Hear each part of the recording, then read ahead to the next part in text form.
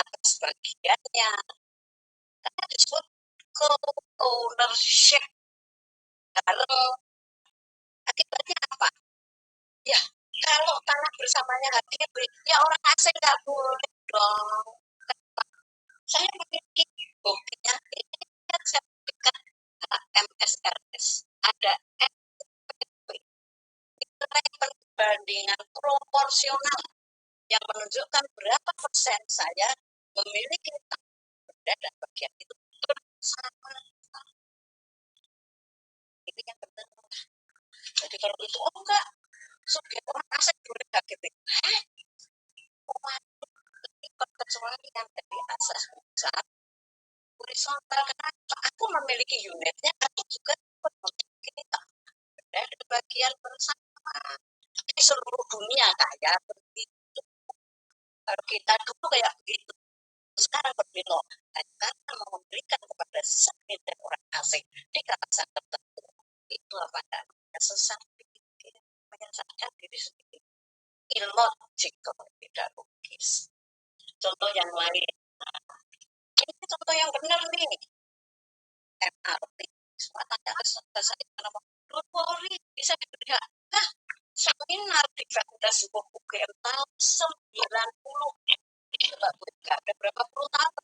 90 di ruang satu Fakultas Hukum UGM bicara tentang hak atas tanah masa kini dan masa yang akan datang. Sudah bicara pemberian hak di bawah tanah dan di udara di atas tanah. Jadi katanya, saya bingung bisa. Saya bantu dirjen yang lama dari dirjen agraria Pak Jamal. Saya bantu Pak, ada buku sertifis. Bisa diberikan kok, nggak pakai asal usul. Kalau lisensi ya Senayan City ya di Polri dan di Plaza Indonesia ada paketnya. Kalau yang paket itu yang mallnya kan jadi satu. Kaki pindah itu masuk. Kenapa? Banyak punya satu. Nah, kalau MRT itu kan nggak ada urusannya dengan hotel Indonesia meskipun nanti dia ada di bawah situ. Kan ada urusannya. Yang punya beda. Berlaku asas horizontal. Biarin di atasnya ada parkir, ada mall, oke. Itu punya Grand Indonesia, punya bla bla bla. Hukumnya bisa diberikan pada badan hukum apa? Ya bisa diberi APR, bisa diberi atas tanah. Jadilah benar. Saya bantu tuh Pak Andi di Hotel Anggaran Yusuf. Dimarah-marahi harus siap untuk MRT. Berarti apa? Hukum ada tuh gak usah dipikir, bisa secara baik-baik, secara logis. Untuk apa? Untuk memadai kepentingan yang ke depan. Padahal apa ada zaman ada kerja yang namanya seperti itu. Memang ada sih, tanah sari itu ada di bagian bawah, itu ada renangnya dan sebagainya. Tapi kan belum pikir mengenai hak. Sekarang kita yang pikir secara benar. Ya. Nah, ini mengenai FH. Satu yang ingin saya sampaikan, ini terutama Pak Luan nih. Ada teman kita yang baru saja di suatu daerah memberikan ganti rugi pada tanah negara. Yang sudah bersatu sama satu hari saya sudah katakan 2012 Yunto Perpres itu baru memberikan ganti rugi kepada pihak yang beritikat baik antara lain dibuktikan dengan sertifikat hak atas tanahnya sudah jika hak atas sangat hapus tanahnya dari tanah negara detik itu juga sudah tidak dapat hubungan hukum dengan atas tanah. Kalau atas nggak ada berarti nggak ada hubungan hukum. Lah kok sudah jadi tanah negara dekat rugi? Ya itu kan merugikan negara kan. RPSI korupsi. Diganti rugi boleh. Ya diganti rugi apa? Ya bang. Tanahnya asal bisa disontal atau kembalikan pada negara tanahnya bangunannya kan habis sama biaya kan naik. Jadi dikembalikan. Nah, ini masih ganjel, tapi kemarin saya dengar tuh ada satu yang kena karena itu saya tanam gabah diganti. Namanya memberikan agak. Nah, ini cerita lain lagi, pengakuan terhadap keberadaan masyarakat hukum adat Barukan. Ya. Penerapan peralihan tadi sudah dibicarakan oleh Pak, disinggung oleh Pak Ulan, benar-benar saling beradaptasi kok. Bahwa peralihan itu ketika dia dapat PPAT itu dapat alih. Beralih pada siapa? Antara dua belah pihak, jangan keliru juga. Dapat di mana? Cari aja jurisprudensi Mahkamah Agung itu banyak banget mengatakan seperti itu kan. Tapi kan cuma antara kedua dan pemberi. Nah kita supaya pihak ketiga itu tahu ya didaftarkan dong. Jadi itu perlintasan administratif supaya berlaku asas open bargaining. Semua orang tahu bahwa itu sudah berarti. Jadi beradaptasi hukum adat yang dulunya nggak mengenal yang namanya pendaftaran tanah, ada letter C, ada letter D, letter E. Kalau di Jogja itu dulu kan nggak ada catatan. Jadi itu diterima. Memang harus ada sesuatu yang memberikan kepastian hukum. Nah itu kan beradaptasi. Benar. Peralihan hak dengan dasar itikat baik ini juga sudah ada dalam 242 ya, 27. Cuma di situ tuh saya kan 20 tahun. Lah kok ada perpres? Ini bisa khawatirnya 10 tahun. Ini negara hukum. Tapi 1 bulan 20 tahun, sekarang 10 tahun, nanti ada 5 tahun ini yang mau diikuti yang mana coba. Itu kan karena apa? Karena tidak melihat hal sesuatu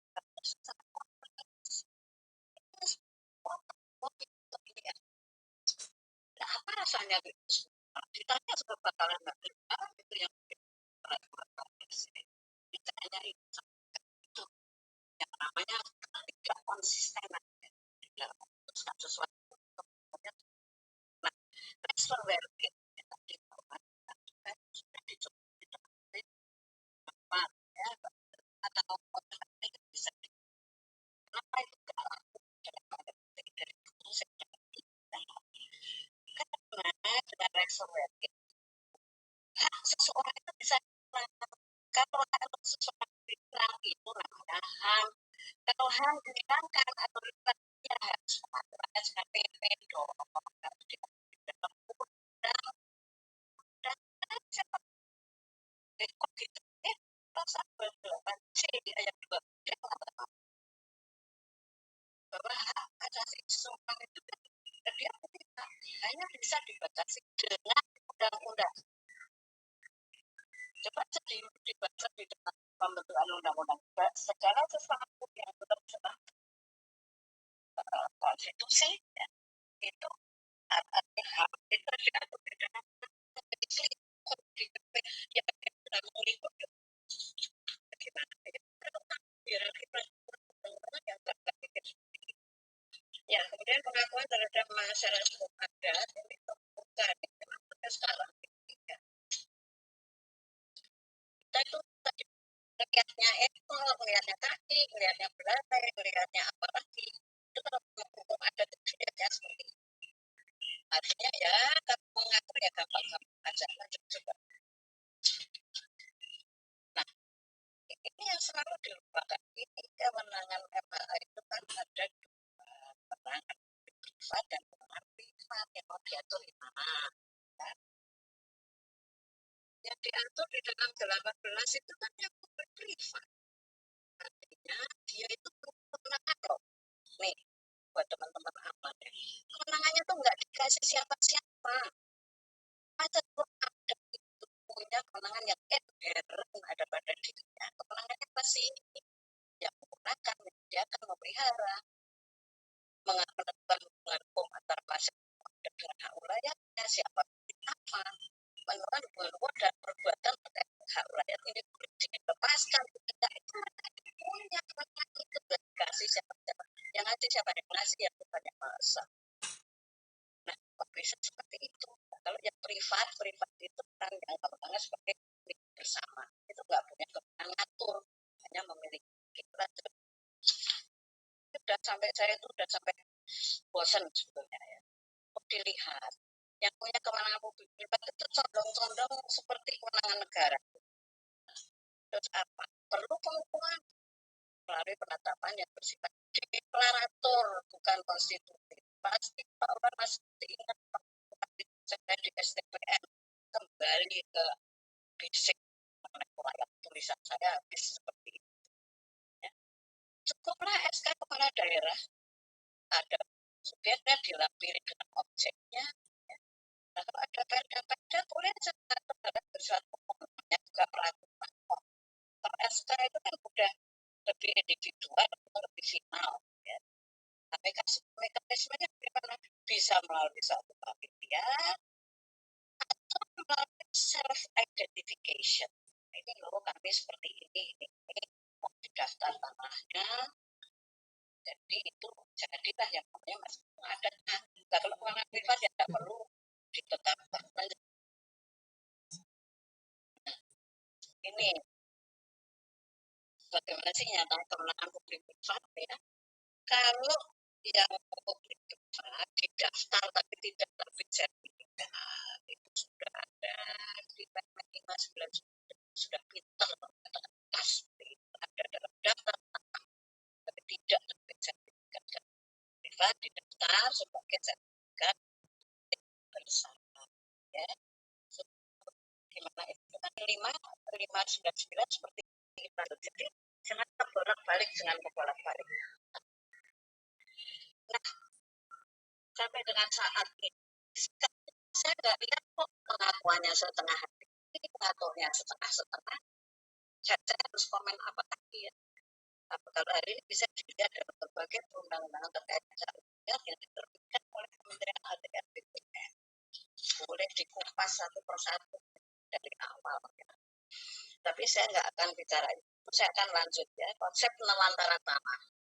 Ini seperti apa ya penelantaran itu ada PP 369 kok gaya banget enggak? Dasarnya cukup ada. Artinya tidak melakukan suatu upaya di atas tanahnya dalam jangka waktu tertentu. Konsekuensinya adalah putusnya hubungan hukum antara yang bersangkutan dengan atas tanahnya. Gimana?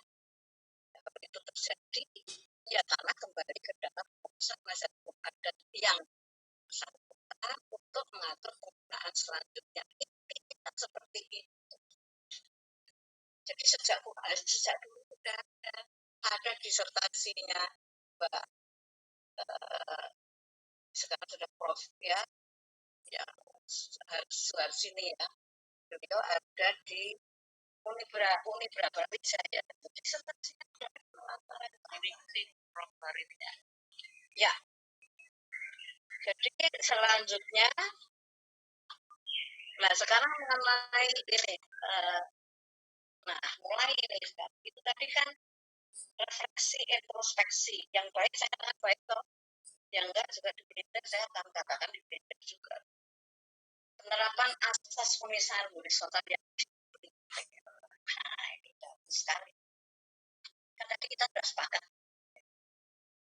bahwa yang memiliki flat itu juga memiliki tanah bersama, sehingga kalau WNA nggak bisa dong kalau rumah susunnya itu tanah bersamanya adalah KIPI. Nah, itu diminta oleh 18 sebagai pelaksanaan dari Undang-Undang Cipta Kerja. Tapi cuma untuk daerah-daerah kawasan tertentu.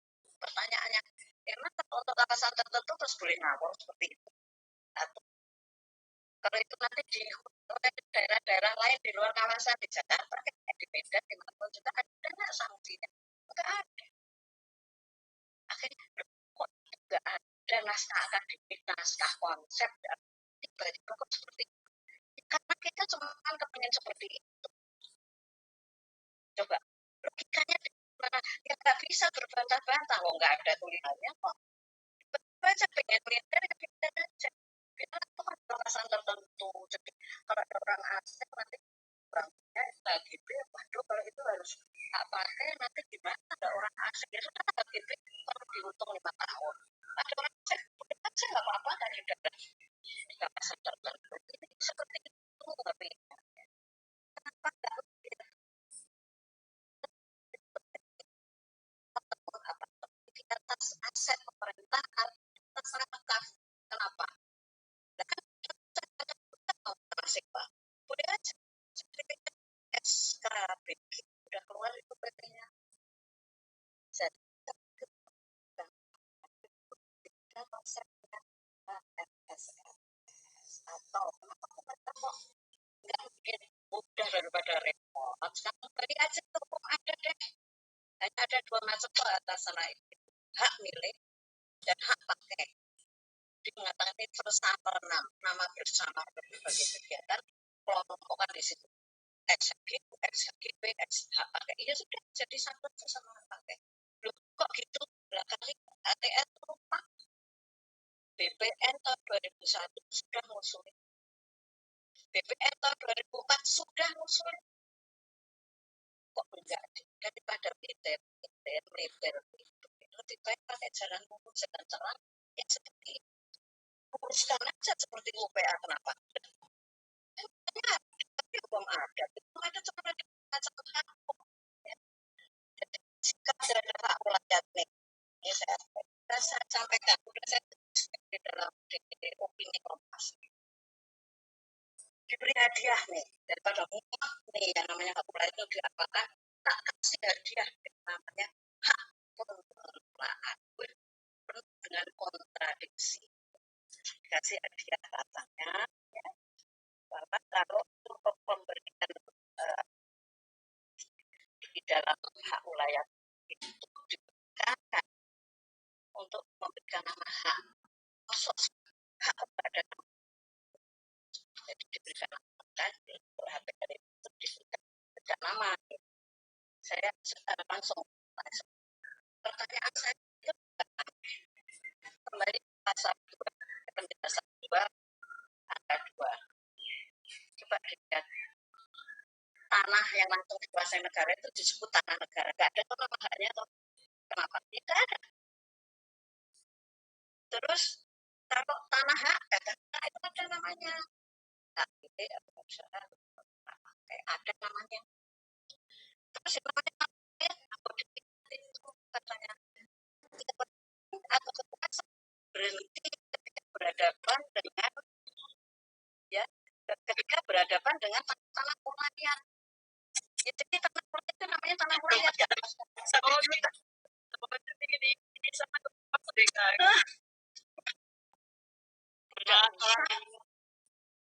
tidak usah dikasih label itu cukup ulayan kalau HPR itu beda lagi yang naik boleh ada bentuk ada tempatnya beda kok dibaca tuh baik-baik penjelasan nah jadi ini kan menurut saya kan kritik pokoknya dimulai untuk apa dikasih hak pengelolaan satu ya jadi memberikan label itu sebetulnya tujuannya itu apa tuh jadi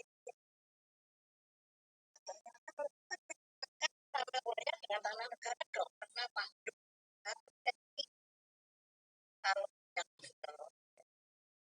hanya dapat terjadi di atas sana ini bisa di atas sana nelayan alasannya apa? Nggak ada konsepnya, nggak ada kenapa? Ya kasih aja jadi itu kan nggak cocok apalagi mengatakan itu kontradiktif dikatakan bahwa penetapan nggak boleh jadi HPA merupakan bentuk pengakuan kepada MHA coba dibaca penjelasan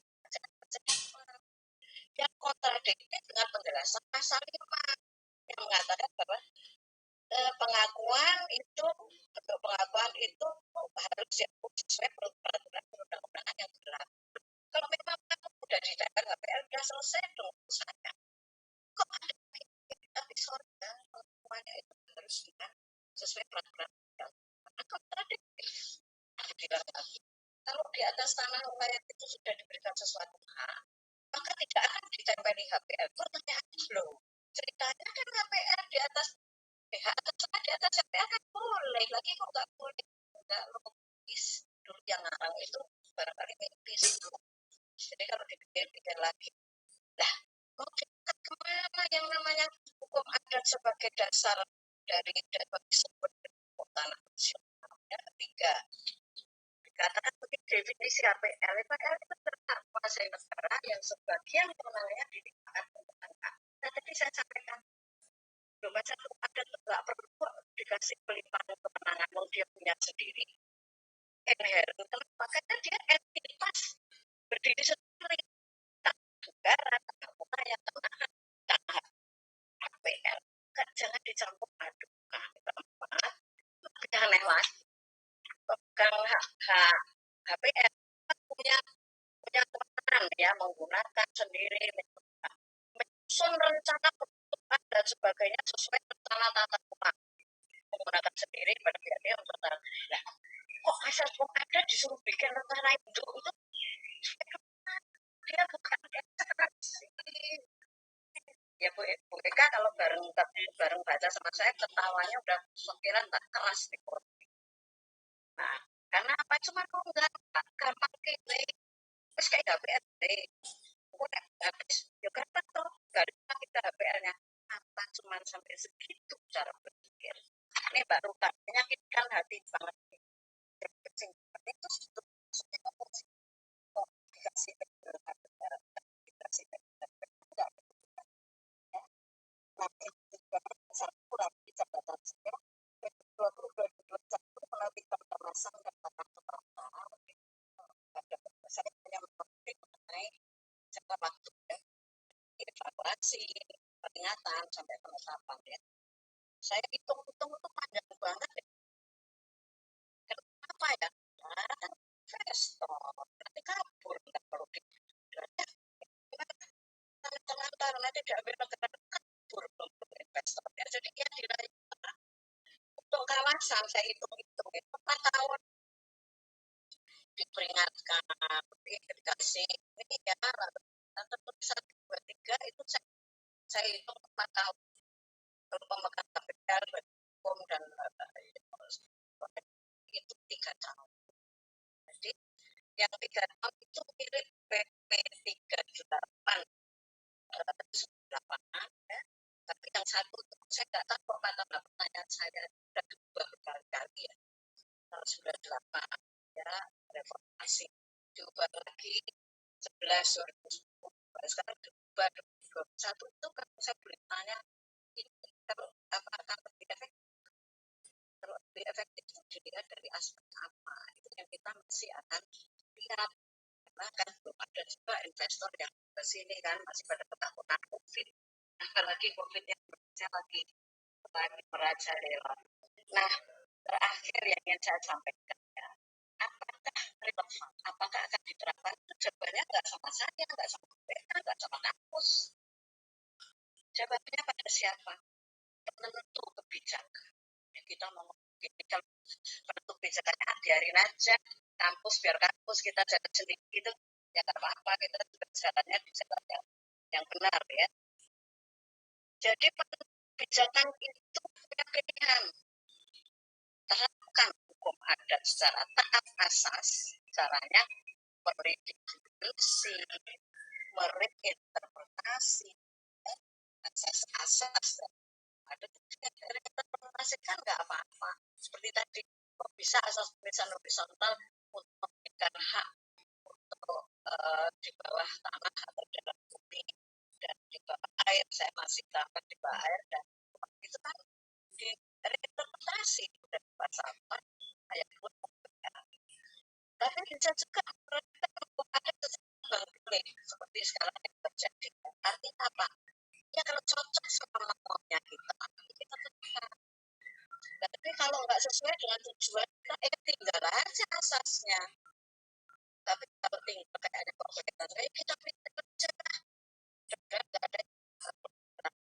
seperti itu jadi kita seperti jadi ya jangan kacaukan antara asas dan norma asas itu dasar segala apapun kecuali diinterpretasi kalau norma sih boleh saja tapi asasnya itu ya nggak boleh sekarang pertanyaannya, tapi kan sudah undang-undang, kok hanya orang pandir saja yang menganggap undang-undang itu enggak. Mereka mengikat, tapi ikatnya seperti mengikatnya itu ya karena maunya yang bikin aja, tetapi pemberlakuannya itu dipaksa, artinya tidak sesuai dengan kesadaran hukum dan kehendak dari masyarakat. Yang tadi juga apa sih, hukum itu ada dan bersama dengan masyarakat, itu hukum yang baik. Jadi kesimpulannya kita akan melihat pilihan dari penentu kebijakan untuk ke depan bagaimana menyusun hukum tanah nasional. Terima kasih Bu Eka. Terima kasih Bunda atas uraiannya yang sangat membuat kita kembali tergugah ini Bunda, dan catatan-catatan yang tadi kita berikan, yaitu pertama penerapan asas horizontal yang saat ini melihat istilah Bunda sipil itu saja sudah berdiri 18